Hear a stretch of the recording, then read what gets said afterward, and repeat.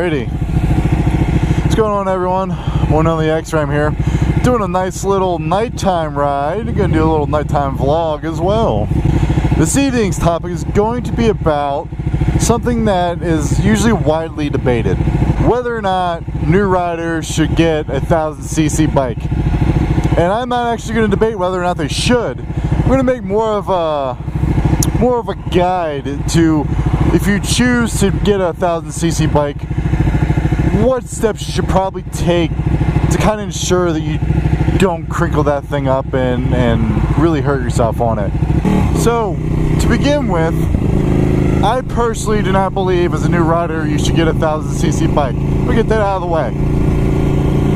However, once you've been told numerous times about the concerns that people have with you getting a 1000cc bike and you still choose to go, you know what, I still want this. Okay, well, convincing you isn't gonna happen now. Now it's got to be geared towards making sure you understand what it is you're getting yourself into. Not every 1000cc bike is created equal. From years to makes and models, they all offer something different. Different 1000cc bikes are much harder to ride than others. Take, for instance, early 2000, late 1999 and whatnot, they don't have the rider aids that today's bikes have. And because of that, older 1000cc bikes are harder and more dangerous to ride than newer ones because of those rider aids. If you're a new rider, one of the best things that these new bikes have is the different engine mapping. So you can essentially take a 1000cc bike and turn it into a 600 or 750 and kind of limit its power so you don't have all of it. And then when you're ready, you can flip that switch and bam, you're at 1000cc and you're ready to rock and roll full tilt. Again, after some practice and some time. But you have that option without having to buy another bike or upgrade from one bike to another.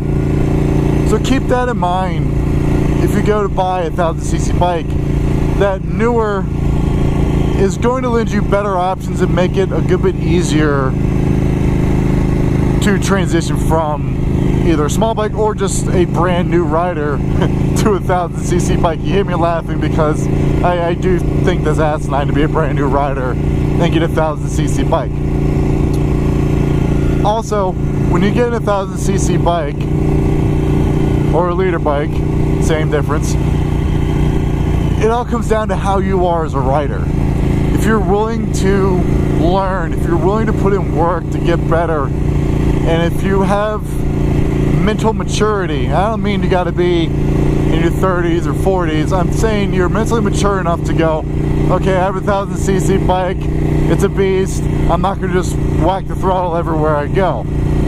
And you ride well within your means, a leader bike is perfectly suitable to you. Being able to manage that brain, as I call it, the man brain, where you just don't want to go full tilt before you know what you can do, or even past the limits that you have, will save you. And that'll actually hold true for whatever size motorcycle you were to get, but especially with something like one of these 1000cc's or above. I would rather a new rider ride a BMW S1000RR over one of these Ducatis. And the reason being is Ducatis are temperamental, they have a personality of their own, they can be rather hard to ride, and they can be a very big handful, especially the 1199s. They're really twitchy type bikes, and if you're not careful, you can really mess yourself up. A Honda 1000 is probably going to be the simplest bike to ride. Hondas in general are awesome bikes to learn on. They're very easy to ride, and they are fast, obviously. But once you get really good at riding that bike, you're going to want more. Because Hondas, I know I'm going to get slack for this, but they've always been underpowered. They really have. Yamaha would actually be my next choice should you go into a leader bike above the BMW S1000. The S1000RR is just a beautiful, really easy to ride bike that lends you to really learn on it because of all of its electronics. and the way the engine mapping is, the way the power delivery, it's just so smooth and precise, and you can really get a good feel for the speed and how a bike handles through that bike.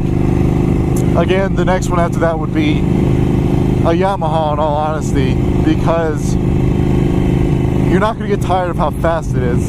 those R1s they're all monsters. From probably about 2006 on, I'm sure someone will correct that year, but from my experience, 2006 on, they're just beasts of a bike. They're very smooth.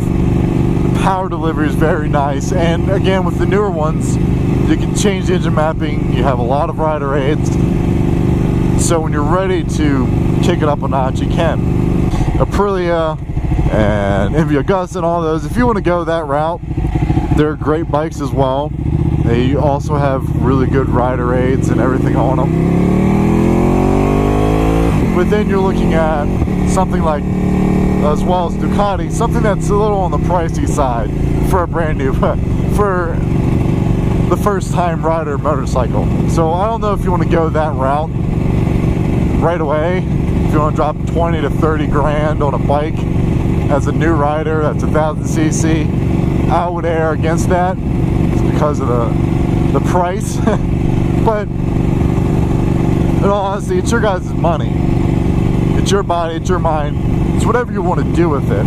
This, again, is just kind of a guide should you decide to, one, not listen to anyone else, because do what you want. I'm hard-headed like that myself. And two, you want to do it, but you want to do it in a smart fashion where you're going to put yourself in the best possible situation, given the fact that you decided to go hard.